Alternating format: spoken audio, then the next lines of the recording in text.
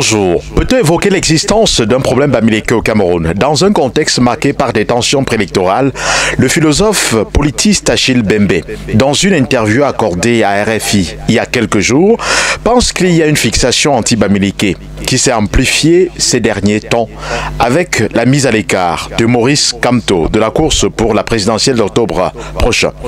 Quel est le point de vue des Camerounais concernant cette problématique? Nous vous convions, chers inconditionnels d'Écho 237, pour une introspection des avis recueillis dans les rues du pays continent.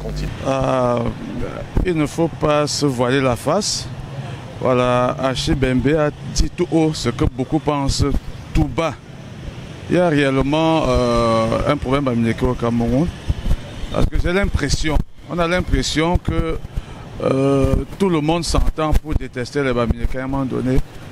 Voilà. Et ce problème, c'est l'État.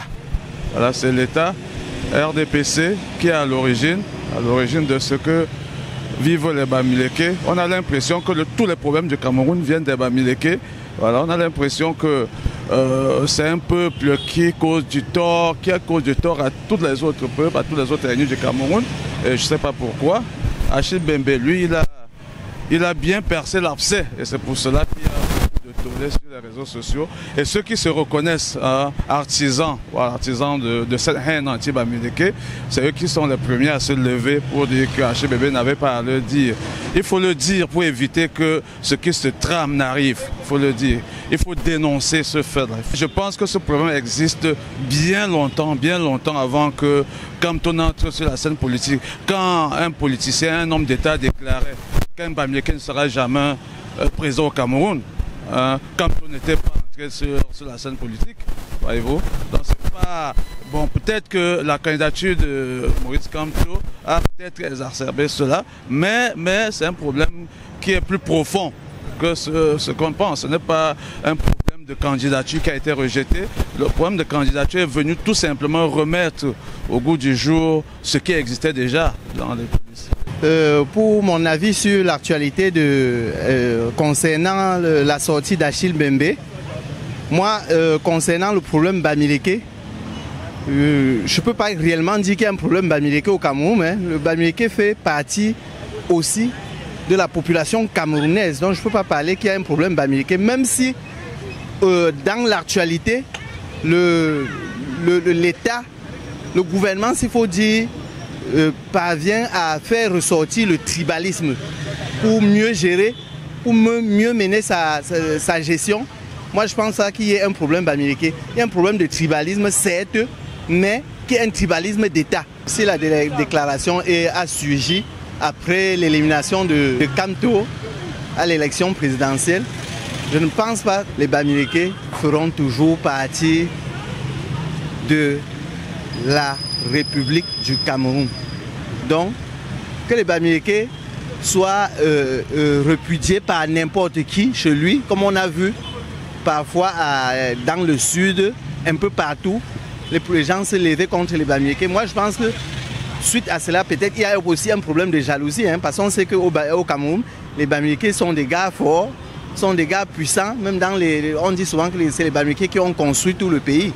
Mais pour moi, qu'on ne prenne pas ce pan-là pour pouvoir dire qu'il y a un problème bamileke au pays. Pour moi, que ce soit bamileke, que ce soit Eton, que ce soit Ewondo, nous tous, nous sommes les Camerounais et il faut exploiter plutôt ce pan de force pour certains peuples pour pouvoir faire le tout. Je dis très sincèrement que je pense que ceux qui pensent qu'il y a un problème bamileke, c'est ceux qui veulent replier à chaque fois à leur tribu, à la tribalité et autres. Moi je suis de l'Ouest, je suis bamileke, mais mon épouse est Bassa. Il faut embrasser ça partout, les Camerounais se trouvent à l'aise. Ils peuvent aller, ils peuvent revenir. J'étais à Samleva, j'étais à Bolova, j'ai même fait le nord. Partout où j'étais chez moi. Il n'existe pas de problème bamileke au Cameroun, sauf ceux qui veulent l'instrumentaliser à des fins personnelles. Et pourquoi ça survient maintenant? D'aucuns disent que c'est un lien avec l'élection de Maurice Kamto de la course pour la présidence. Monsieur Kamto, le professeur Kamto est un éminent juriste. Personne ne peut contredire cela.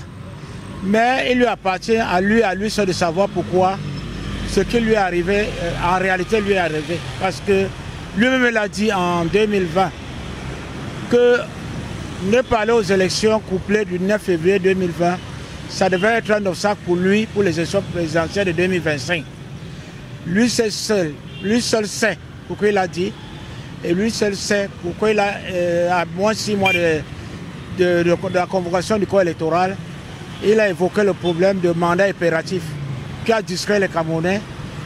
On ne peut que lui souhaiter bon séjour, bon, là où il se trouve là maintenant. Que Dieu lui accorde une longue vie et que le Cameroun continue. Nul n'est indispensable, hein, le Cameroun évolue.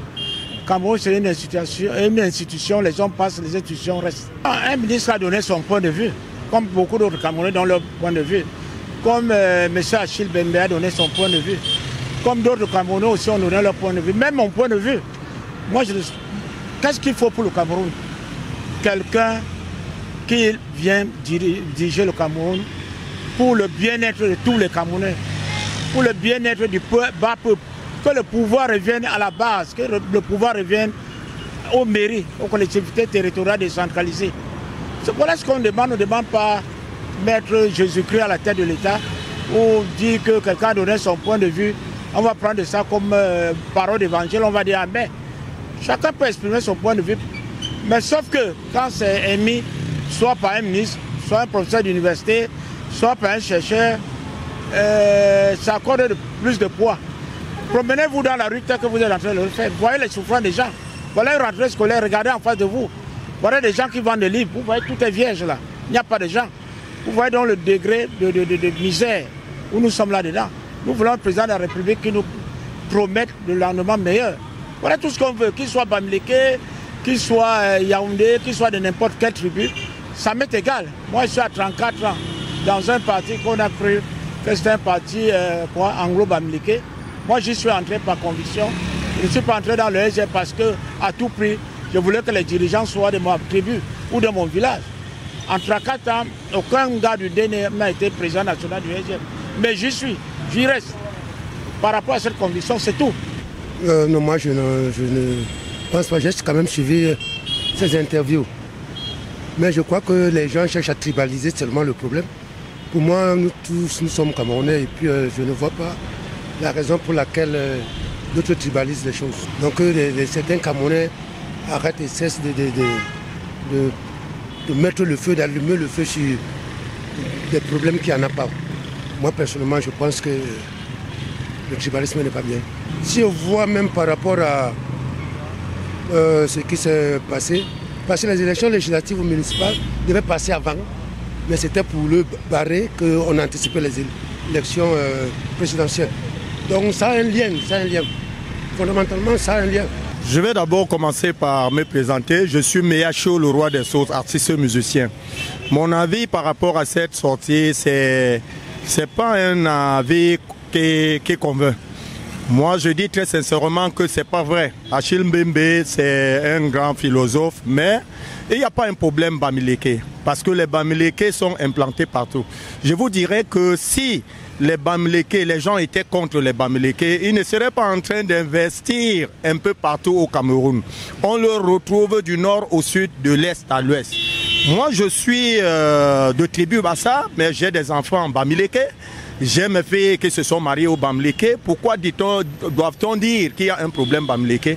C'est peut-être les Bamileke qui ont un problème, qui pensent qu'ils sont stigmatisés. Moi, je ne pense pas.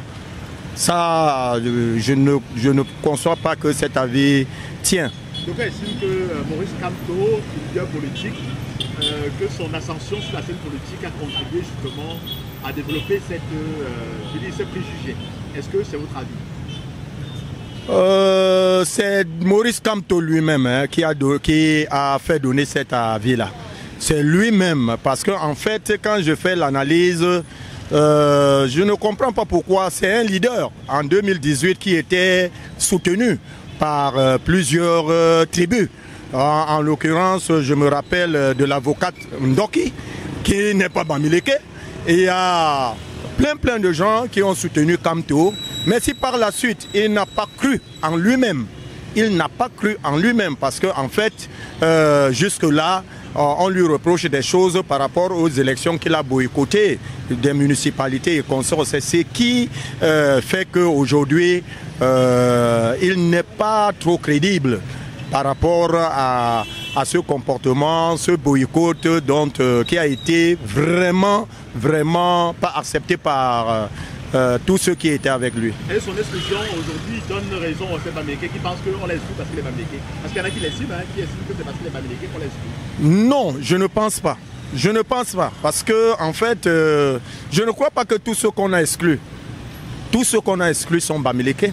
Je ne pense pas. Mais il est libre de faire cette analyse, mais je ne pense pas. Parce qu'il y a des Bamileke qui sont candidats à cette élection. Il y a des Bamileke qui sont candidats à cette élection. Et je vous dirais même que quand ils le disent, moi, en somme, quand je regarde, c'est les Bamileke qui détiennent ce pouvoir qui est en place. Et la deuxième personnalité du pays, c'est un Bamileke.